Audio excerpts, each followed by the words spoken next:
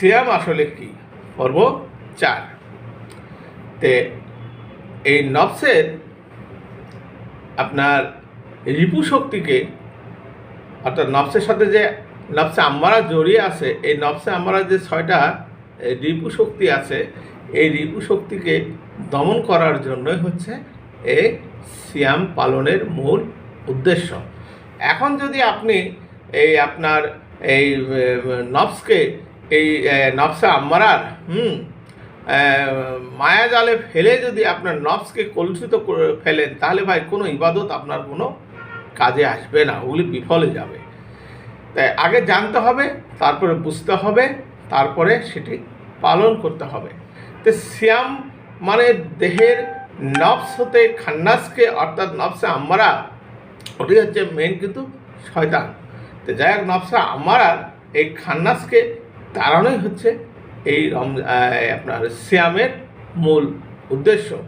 হ্যাঁ, তো এই খান্নাসকে তাড়ানোর জন্য সর্বপ্রথম যে কাজটি প্রত্যেকের করা উচিত তা হলো আপনার সিয়াম চলাকালীন সময়, আপনার সিয়াম শুধু এই শবে সাদিক থেকে আপনার সূর্যাস্ত পর্যন্ত না, আপনার 24 ঘন্টায় আপনার জন্য সিয়াম পালন করতে হবে। আপনি হয়তো সূর্যাস্তের পরে ইফতারি খাইলেন, খেয়ে আপনি সারাদিন যে আপনি দুর্বল থাকলেন, এই নফসটা যে আপনার দুর্বল হয়ে গেল না খেয়ে থাকার ফলে, আবার সে সন্ধ্যায় ইফতার খাওয়ার পর কী হলো, তরতাজা হয়ে গেল। তরতাজা, হ্যাঁ, ইফতারি তো অবশ্যই করবেন, কিন্তু ভাই পরিমাণ মতো করেন, যাতে আপনার এই ইবাদতের প্রতি ইচ্ছা শক্তি হারিয়ে না ফেলে। তাই এই রমজানে বা রমজানের যে সময় চলবে, সেই সময় অন্ততপক্ষে আপনারা দিনে বা রাতে মোরাকাবা মুশাহেদা যদি করতে পারেন, তাহলে এটি আরও আপনার জন্য ফলদায়ক।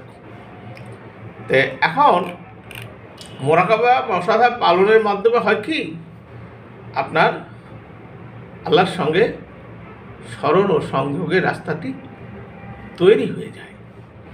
তো সঠিক রাস্তা না জেনে পথ চলতে গেলে গন্তব্যস্থানে পৌঁছতে কত যে সময় লাগবে, এমনকি গন্তব্যস্থানে নাও পৌঁছতে পারেন।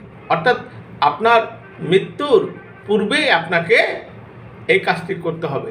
যদি করি করে ভাব চলেন, তাহলে যখন তখন আমি আপনি ওই মৃত্যুর স্বাদ গ্রহণ করব।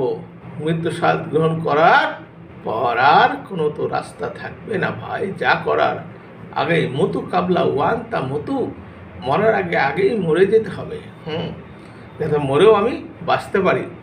শুধু শরীয়তের মধ্যে থেকে যারা শরীয়ত পালন নিয়ে ব্যস্ত থাকে, তারা কি করে এই তরিকতের সিরাতুল মুস্তাকিমের পথ, আল্লাহ পাকের খাস পথ সম্পর্কে বুঝবে, চিন্তার বিষয়। তো যাই হোক, এর পরের পর্বে আবার ফিরছি। ধন্যবাদ।